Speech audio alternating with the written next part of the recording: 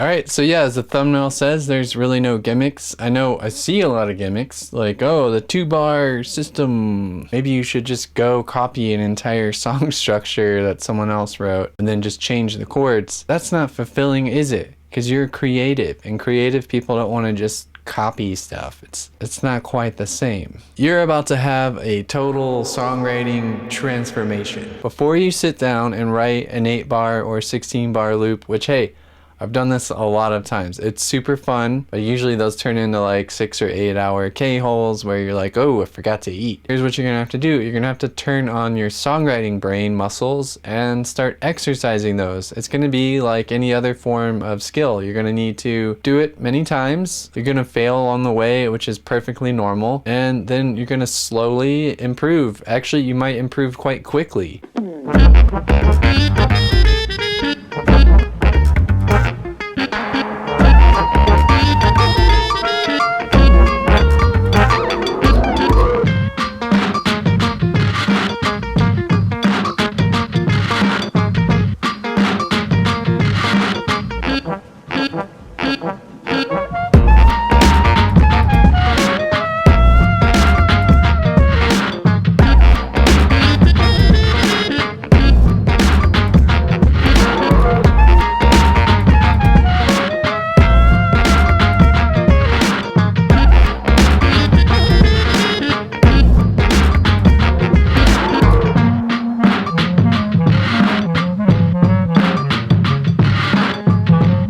Let's see what we did here. So here's the big transformation that I want you guys to go through. I want you to stop thinking about songwriting as this big, intense, overwhelming, hard to do thing. So here we go.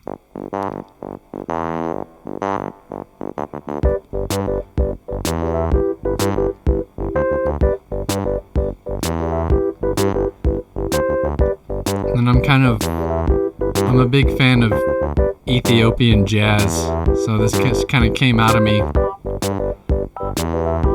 Oh yeah, right here we brought in the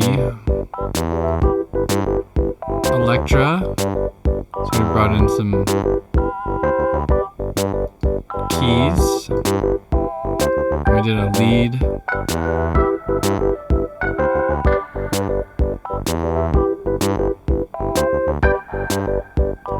and to the folks watching, I have worked with this gear in real life many times. These digital versions are spot on.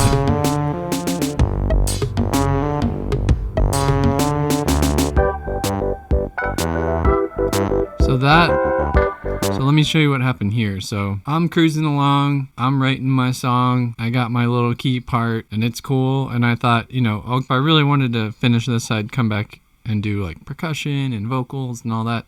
But this is just a song structure. It's not a finished song by any means. So I'm coming in, and then I go over here and I hit the keys. And then I'm thinking, I need my lead part. So then I bring in my lead.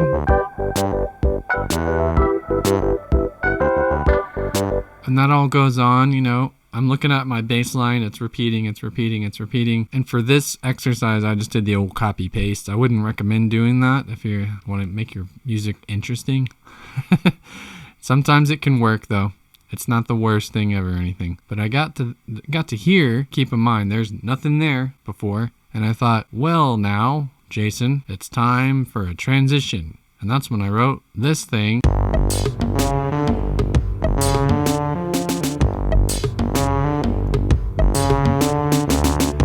And for this exercise, I literally just right-clicked, duplicate without content. You probably have that feature in whatever DAW you're in. And I just took the same bass sound and wrote a new part. And then I wrote a new drum part as well. And then after I wrote those parts, I changed the sounds. I don't actually like these sounds, but whatever, who cares? It's fun for the video.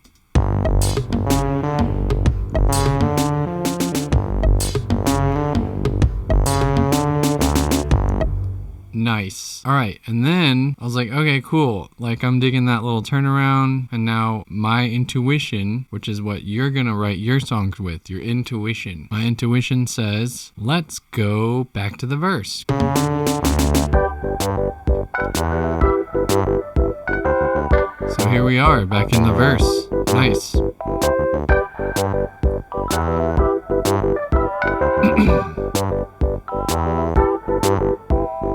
And then right here I'm thinking, all right, we just did a verse and then an interlude and then a verse. Time to go in the chorus. But I didn't want to go straight in the chorus. And so I did this another interlude, but it's quite jarring.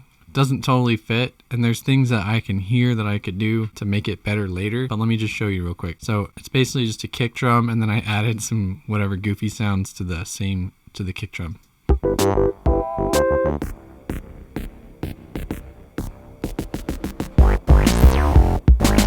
And now we're in the chorus.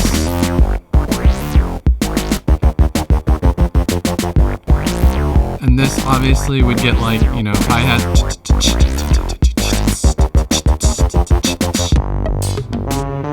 Back into our interlude.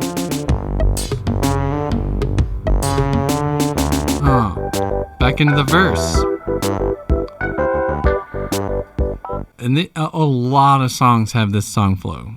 It's a common flow. But you know what? It's fun. If you ever dig into cinema and you look into the storytelling, there's this thing called the Freytag's Pyramid. I'm sure you've heard of it, especially all you educated types. Most movies have a very similar format. It gets twisted and moved around a little bit, but for the most part, a lot of movies have a very similar format. And there's nothing wrong with that. There's still a ton of creative possibilities within those formats. So even if you want to go write a song that's just A, 1, 2, 3, each A can sound different and be cool in its own unique way. Or let's say you want to write the generic age-old intro, verse, chorus, whatever. You can do a lot with that. Go back to our first chorus. Here's our first chorus.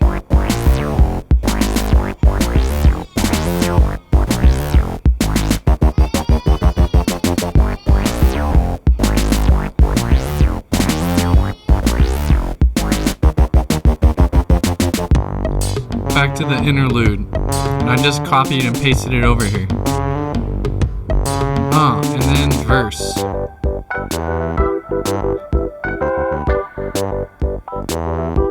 Very fun.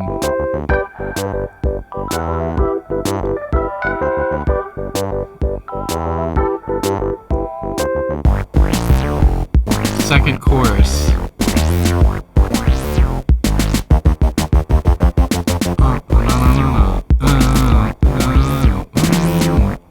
Here I would normally do a counter melody, but for this one I just stacked the sounds a little bit more. Down here we added a double stack. And then we're gonna go into a dope breakdown.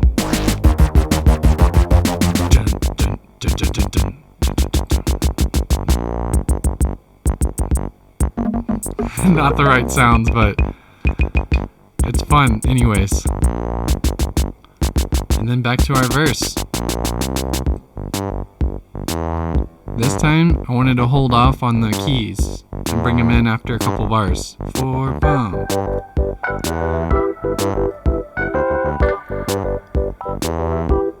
And then drop out my drums, drop out my bass, and end the song on the keys. And if you'll look up here, that's about 3 minutes. I love a good 3-minute song. So I'm good with that. There you go. Here's the entire song without me blabbing.